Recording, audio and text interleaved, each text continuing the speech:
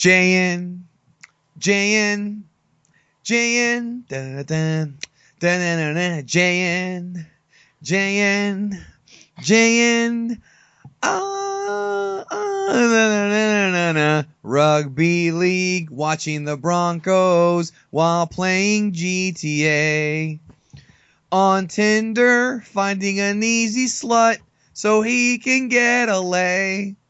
If JM meets him at the mall and they are fat, then he will walk away. He won't even say that he is Jay, he will use a fake name. But if they have blonde hair, then he might give them a shot. But in the end, they're all toss pots. Come on, let's go to my subs. It's Talk Dragon Ball.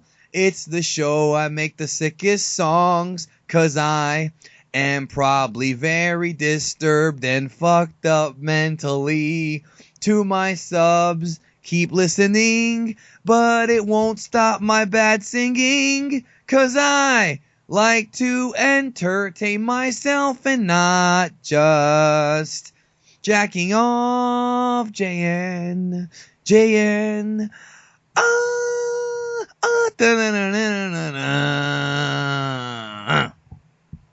That was friggin' fantastic, mate. It was a good song. And a true story, folks. That actually happened. I did go to the mall, and I did meet a girl, and she wasn't what her profile represented. And I proceeded to say my name was not Jay. I waited for her to walk away. And then when she walked away, I snuck out the door. You should have said, no, my name is Mike from Laughing Stock Media. That's what you should have said. That is a true story. All the songs are true stories, yo. Especially the one about... Go ahead. Maybe I'm an asshole, but you have to represent what your profile represents. Otherwise, maybe you're an asshole, but at least you're not fat.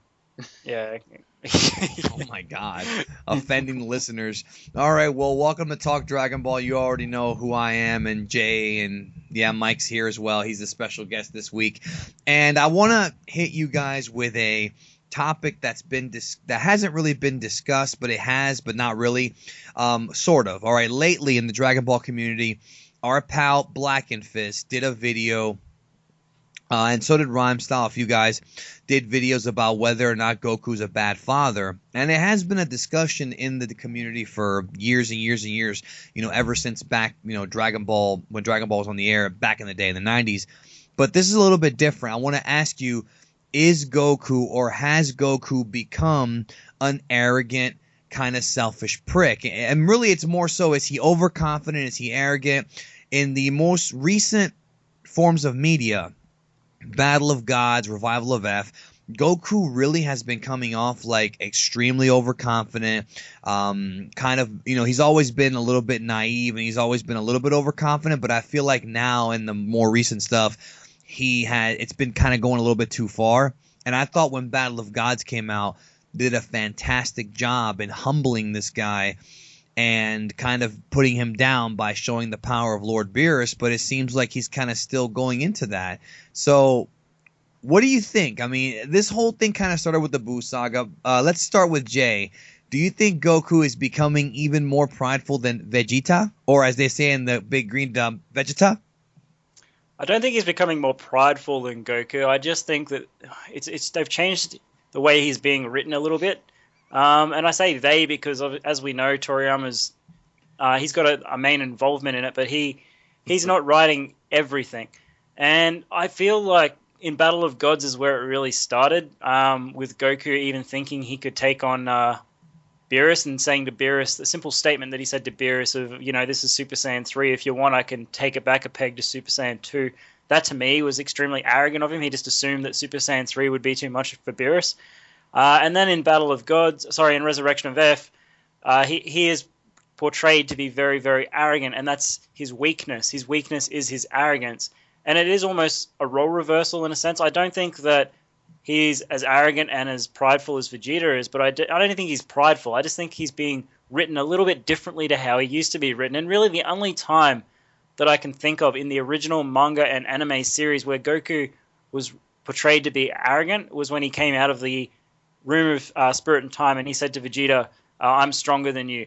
And he had the actions and the power there to back that up. But he's usually been written or portrayed in the series to be someone that, respects his opponent. And he always thinks his opponent is, he always thinks the best of his opponent.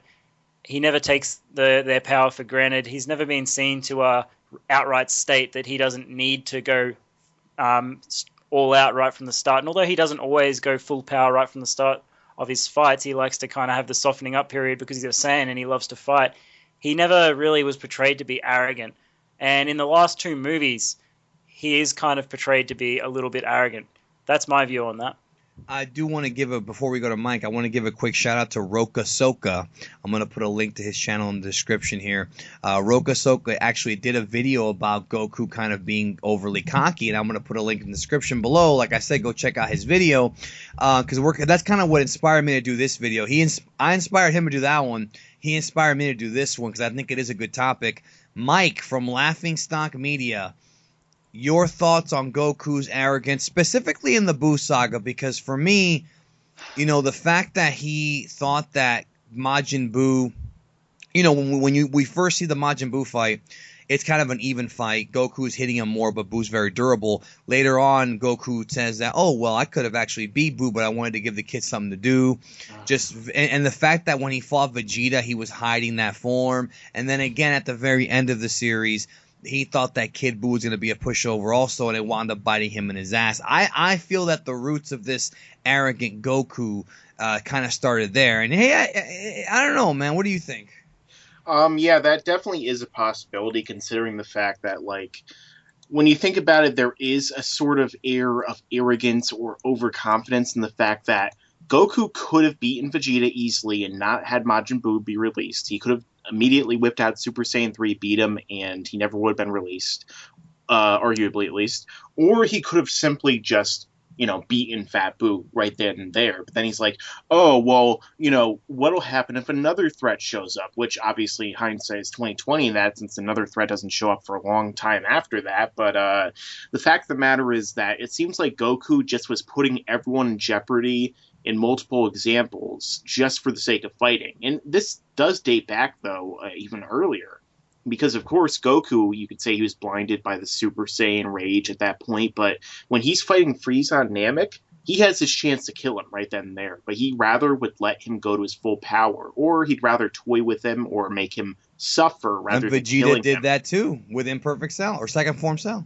Yeah, so, I mean, that's obviously something inherent in Saiyans. Goku seemed to have developed far more over time, but, yeah, I mean, from what little we have seen, in terms of the Battle of Gods events and so on and so forth, it definitely does seem like Goku, after beating Buu, just thinks his balls are huge, and I mean, they kind of are at this point, and he's just like, nobody can touch me, so hey, Beerus, I'm not even going to try. I can go back to Super Saiyan 2 for you.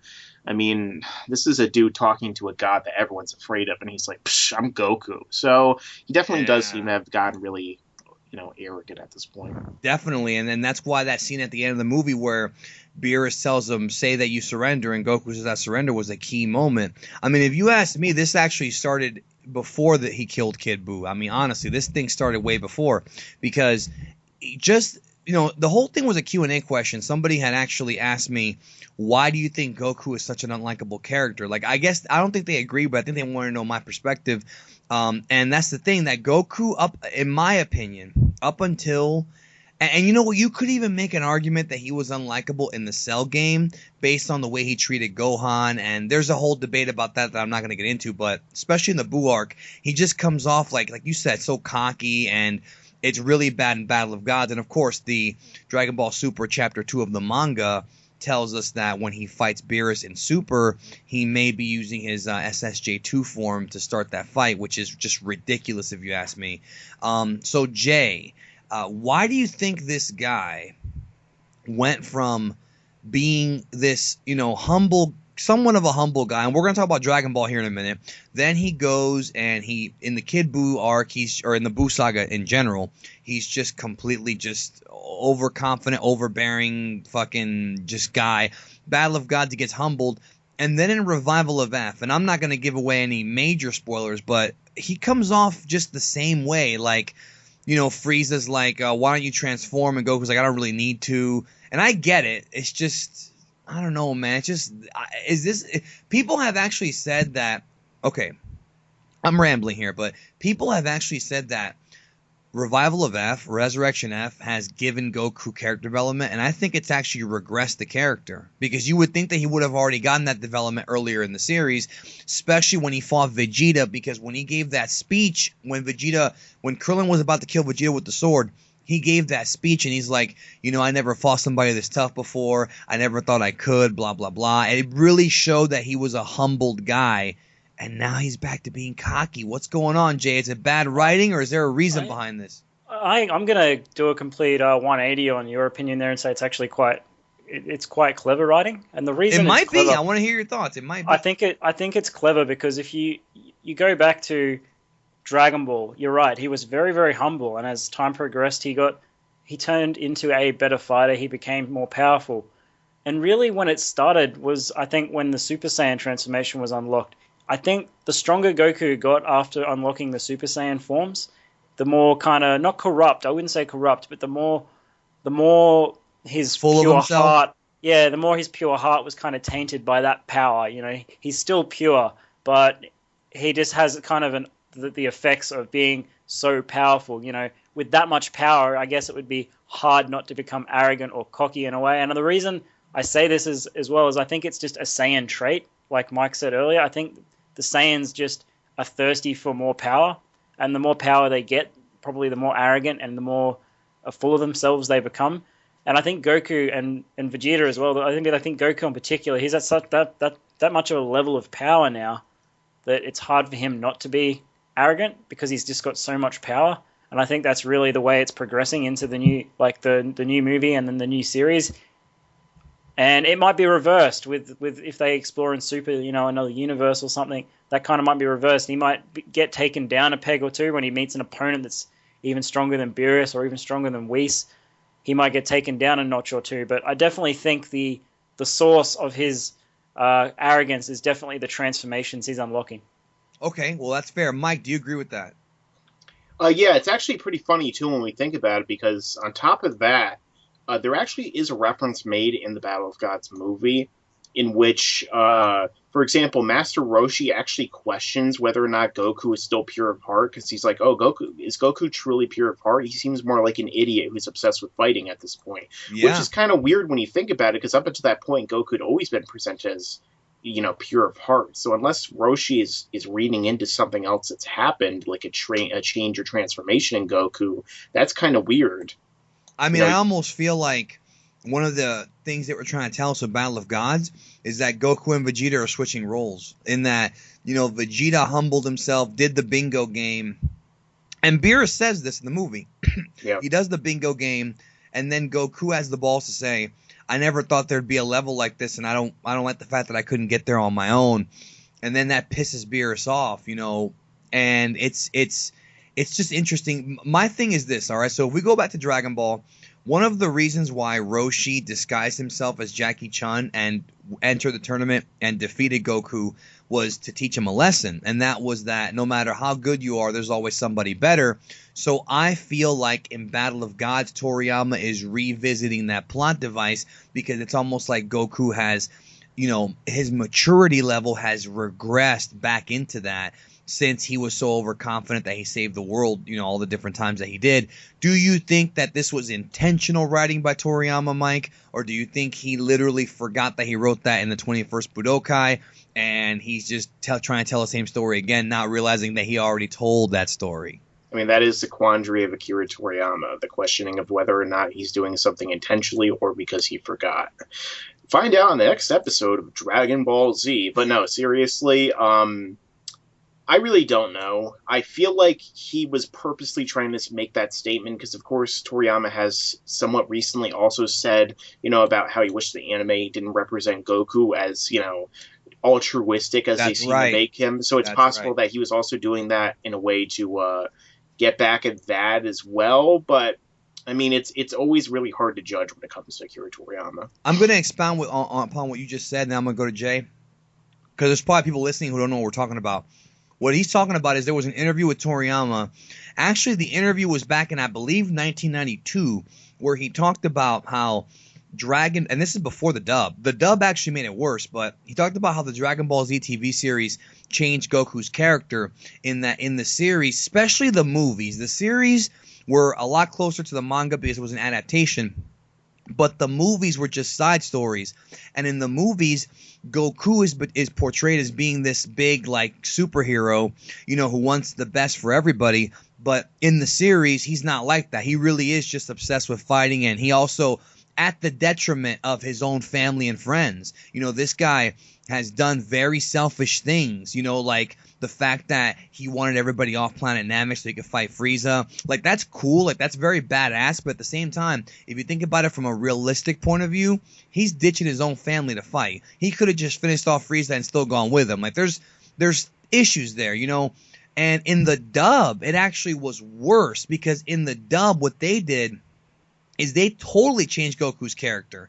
Everybody talks about the Hope of the Universe speech, and I hate to break it to you, but the Hope of the Universe speech is bullshit. He never says that. That's not even close, not even remotely close to what Goku says in the Japanese version at all. The Hope of the Universe speech, I've had a major problem with that since I first saw it, because that whole ally to good, nightmare to you, the Goku and Frieza dynamic was never about good versus evil. It was about Goku getting revenge for his friend dying and reclaiming his birthright. That's what it was about. It had nothing to do with ridding Frieza, ridding the universe of evil, because if it was, Goku would have killed him, and he let him live. So it's infuriating how they changed it, and Toriyama was pissed about this back in 92. So I just want to go off on that rant. Jay, what do you think about the Dragon Ball narrative compared to the Battle of Gods narrative? Yeah, I honestly believe that there is some level of intelligence there to it with the writing. I don't think... Okay, well, when you say the Japanese versus what the US did to it, I agree with you there. The US kind of changed the dynamic of what Goku's motive really was. But in terms of the way Goku's becoming now with the new movies, I think it's actually clever writing, and I think they will kind of elaborate on it a little bit. I don't really think that the reason he's arrogant is just lazy writing, because, like I said earlier, I think the transformations is kind of showing that Goku's becoming more and more powerful, and it's becoming harder and harder for him to control his pure side, and that's the way I see it. Doesn't necessarily mean that it isn't lazy writing and that it is changing his character for the sake of changing his character, but I honestly believe there's a reason they're kind of tweaking his character a little bit.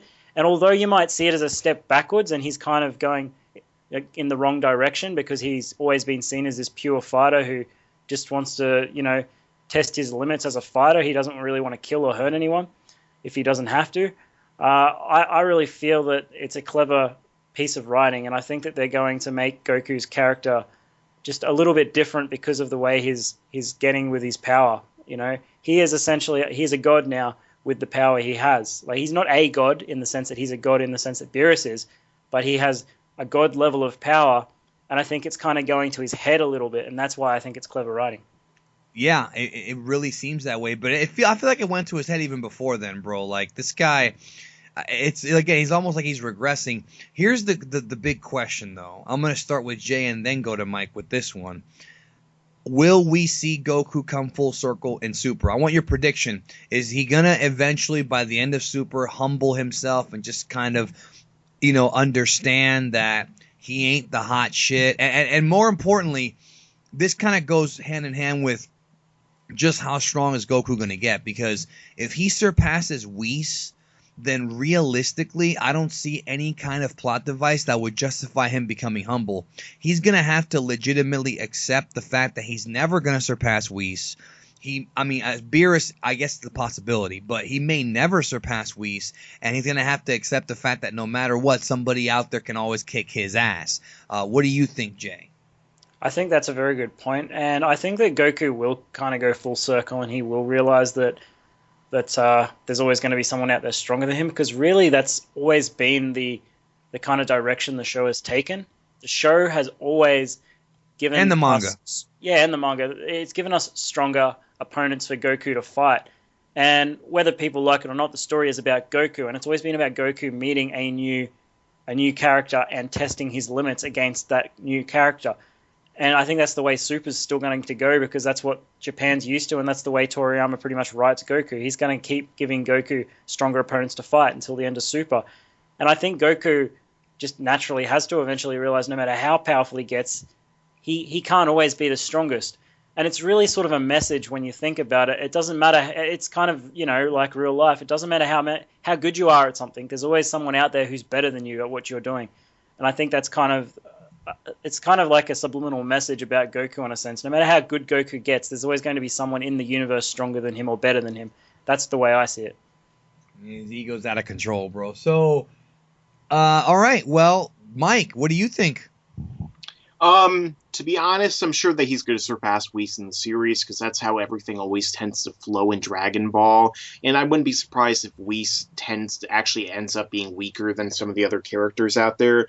But yeah, I mean, it's very possible that it could end that way, or Goku and Vegeta just end up being totally equal, and then they just accept that, together they need to work, together to help defeat larger foes, as opposed to keep trying to be out on their own, and they actually come to a more of a kinship than they actually have had, instead of that rivalry. And there's definitely ways to improve Goku's character and the dynamics of Dragon Ball. And do I think he'll be humbled? I'm sure to an extent, yeah. And if that happens, then he'll definitely have to be, because it won't be, if Goku can't do it, who else can, as the Wrath of the Dragon's Japanese title said. So I really hope that'll happen, because I do get pretty tired of Goku being the hero, and that really kind of was drawn out by the time that Gohan was supposed to take over. But I guess we'll have to wait and see. A lot of people agree with you right now.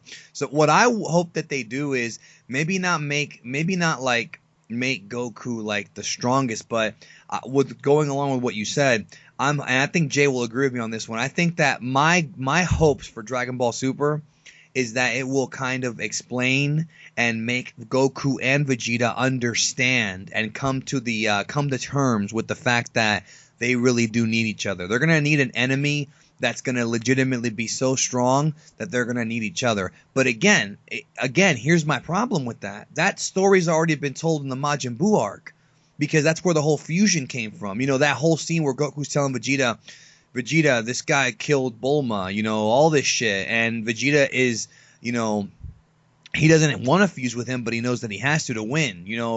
That story's already kind of been told. And I feel like, honestly, I feel like with Revival of F, very light spoiler here, I thought it was a step in the wrong direction to not have them, team up, especially with what Whis says. Jay, do you have anything to add to that? Yeah, well, I can't go into spoiler territory without saying, to elaborate on that. But yeah, I definitely agree that they should have worked together in Resurrection of F, and the fact they didn't, it kind of goes against the ending to the Buu arc. That's right. Where they did work together to beat Kid Buu, and Vegeta bought time for Goku to charge up the Spirit Bomb and risked his existence just so Goku could. I don't mean to interrupt you, but I almost feel like Toriyama, I hate to say it, but I almost feel like Toriyama's revisiting these plot devices because he doesn't have anywhere else for the characters to go. I mean, there's a reason why Dragon Ball ended in 95. There was really nowhere else they could go. And it's funny because at the end of the day, the Earth actually blows up, which was teased many times in the series. And not just that, but, Goku and Vegeta have to team up. Vegeta accepts that Goku's number one. They accept the fact that they need Mr. Satan to kill Buu, because Mr. Satan's the one that told everybody on Earth to give him the energy, and the humans actually helped out. So, I mean, even though I criticized the Buu Saga, that ending is pretty damn perfect, as far as wrapping everything up in a nice little bow. Now we're reopening everything, so I feel like Toriyama's kind of going back on the intended ending, Yeah, well, he's a forgetful person. Sorry, Mark, but yeah, he's a forgetful person, and maybe he's forgotten, maybe he hasn't. But hopefully, there's a reason to why he's taking the characters in this direction. But yeah, it does go against, what I was saying. Vegeta was risking his existence to help Goku beat Majin Buu, and that right there is like, well, he's risking everything to try and save the universe. So for them to not work together in Resurrection of F, it really, really strongly contradicts the ending to the Buu arc. Hopefully, There's a reason for it. Yeah, hopefully something happened in between the time period. We'll find out in Super probably if they elaborate on that. Mike, what were you going to say? I was going to say that in some ways, I mean, I definitely do agree that Toriyama seems to be going back on certain things, kind of like now in Super, with Vegeta trying to become number one again. It does kind of seem to go against that, but I mean, that is Vegeta's character at the end of the day. I actually would like if they revisited and made things bigger in Super or in terms of Dragon Ball in general with certain things like fusion. Because I feel like, honestly, in the grand scheme of things, when it comes to the Buu Saga, fusion didn't really matter, and it didn't really affect things to any great degree. So I feel like if in the end they just come to the realization that maybe we have to fuse to beat these stronger villains, we'll never be strong enough, and we have to work together and fuse together, and then maybe they can bring other characters into the fold too to make them important as well, then that would definitely actually be a step in the positive direction for Dragon Ball, and revisiting old kind of idea would actually work in that case. But I mean, that waits to be seen. All right, I agree. We'll wait. We'll see. It's just it's fine. I'm waiting. I'm hoping that Toriyama will take us on a ride. So before we get out of here, any final thoughts from anybody? No, not really. I can't really add to what's been said. I think that just have to wait and see with Super, and hopefully Toriyama justifies his reasoning for changing these sort of plot devices we had at the end of the Dragon Ball Z Buu arc. And Mike? Yeah, I mean, at the end of the day, I think that this is all going to lead in a positive direction. I mean, there's already been a lot of, which I've talked about it before, Toriyama's kind of already been taking liberties with his lore that he created, and as a fan, and as a a fan of good storytelling, it does somewhat bug me, to be honest, but I'm just hoping that he knows what he's doing as far as storytelling, like pure storytelling and character arcs, because the reality is that Super could fuck up the Dragon Ball lore completely. Like, I know people say that GT did, but Super is now fucking with events, with the Beerus retcons and things like that. Now Super is fucking around with events that have already happened, and I really don't want it to end up like that. So, all right, well, thanks everybody again for watching. Go ahead and subscribe to Super Jayain and subscribe to Mike at Laughing Stock Media if you haven't already. The link is down in the comment section, and if you haven't subscribed to me yet, what are you doing? Hit the button. Do it now. And we'll see you next time on Talk Dragon Ball. I'll catch you down the road. See you later, guys. And don't forget to subscribe. Stop stealing my gimmick, you piece of shit.